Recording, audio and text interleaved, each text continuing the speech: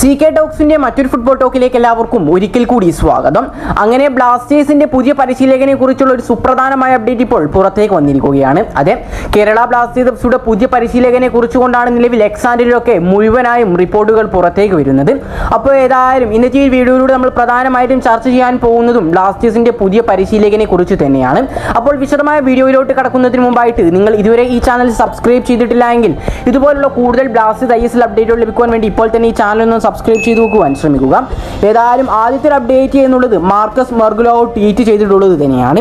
Marcus മെർഗുലാവോയുടെ റിപ്പോർട്ടുകൾ പ്രകാരം ഈ ആഴ്ച തന്നെ കേരള ബ്ലാസ്റ്റേഴ്സ് പരിശീലകന്റെ കാര്യത്തിൽ ഒരു ഔദ്യോഗികമായിട്ടുള്ള അഥവാ ഒരു ഒഫീഷ്യൽ ആയിട്ടുള്ള തീരുമാനം എടുക്കുമെന്നാണ് നമുക്ക് അറിയാൻ സാധിച്ചിട്ടുള്ളത്. ഇന്നലെ വരെ പരിശീലകനെ അന്തിമമായി തീരുമാനിച്ചിട്ടില്ല.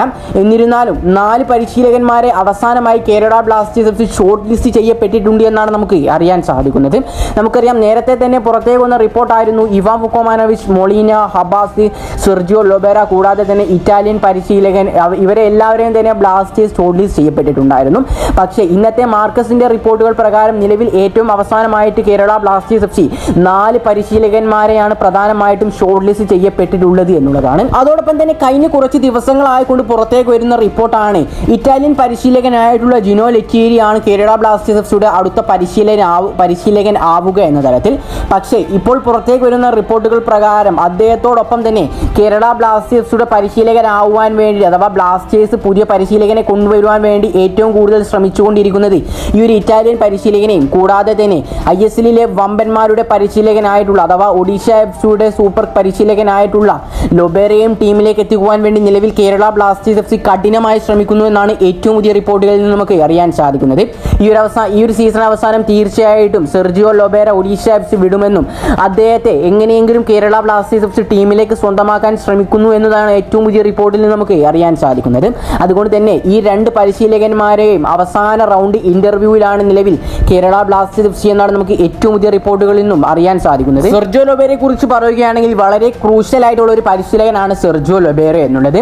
ഏത് വിധേനയും ഈ ഒരു പരിശീലകനെ ബ്ലാസ്റ്റേഴ്സ് ടീമിലേക്ക് എത്തിക്കുകയാണെങ്കിൽ അത് ബ്ലാസ്റ്റേഴ്സിന് തന്നെയാവും ഉപകാരപ്പെടുക എന്നുള്ളത്.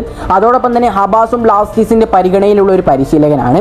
അതോടൊപ്പം തന്നെ ഷോർട്ട് ലിസ്റ്റ് ചെയ്യപ്പെട്ടിട്ടുള്ളത് മറ്റൊരു പരിശീലകനാണ് കേരള ബ്ലാസ്റ്റേഴ്സിന്റെ മുൻ പരിശീലകനായിട്ടുള്ള സെർബിയൻ പരിശീലകനായിട്ടുള്ള ഇവാൻ വുക്കോമാനോവിച്ച് എന്നുള്ളത്.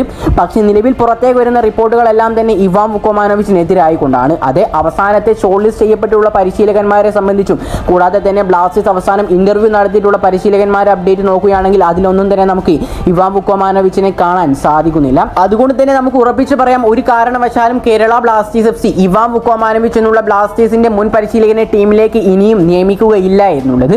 അപ്പോൾ ഏതായാലും ഈ ഒരു പരിശീലകന്മാരെ കുറിച്ചുള്ള നിങ്ങളുടെ അഭിപ്രായങ്ങൾ നിങ്ങൾ തീർച്ചയായിട്ടും താഴെ ഒന്ന് കമന്റായി രേഖപ്പെടുത്താൻ ശ്രമിക്കുക. ഏത് പരിശീലകനാവണം ഇനി കേരള ബ്ലാസ്റ്റേഴ്സിന്റെ പരിശീലകനായി വരേണ്ടത് എന്നുള്ളത് നിങ്ങൾ താഴെ ഒന്ന് കമന്റായി രേഖപ്പെടുത്താൻ ശ്രമിക്കുക. അപ്പോൾ ഈ വീഡിയോ ഇവിടെ വെച്ച് അവസാനിപ്പിക്കുകയാണ്. കൂടുതൽ ISLിനെ കുറിച്ചും കേരള ബ്ലാസ്റ്റേഴ്സിനെ കുറിച്ചുള്ള അപ്ഡേറ്റുകൾ ലഭിക്കുവാൻ വേണ്ടി ഇപ്പോൾ തന്നെ എല്ലാവരും ഈ ചാനൽ ഒന്ന് സബ്സ്ക്രൈബ് ചെയ്യാൻ, വീഡിയോ ഒന്ന് ലൈക്ക് ചെയ്യാൻ കൂടി ശ്രമിക്കുക. അപ്പോൾ മറ്റൊരു ബ്ലാസ്റ്റേഴ്സ് ISL അപ്ഡേറ്റുമായി ഞാൻ വീണ്ടും വരുന്നവരേക്കും എല്ലാവർക്കും ഗുഡ് ബൈ.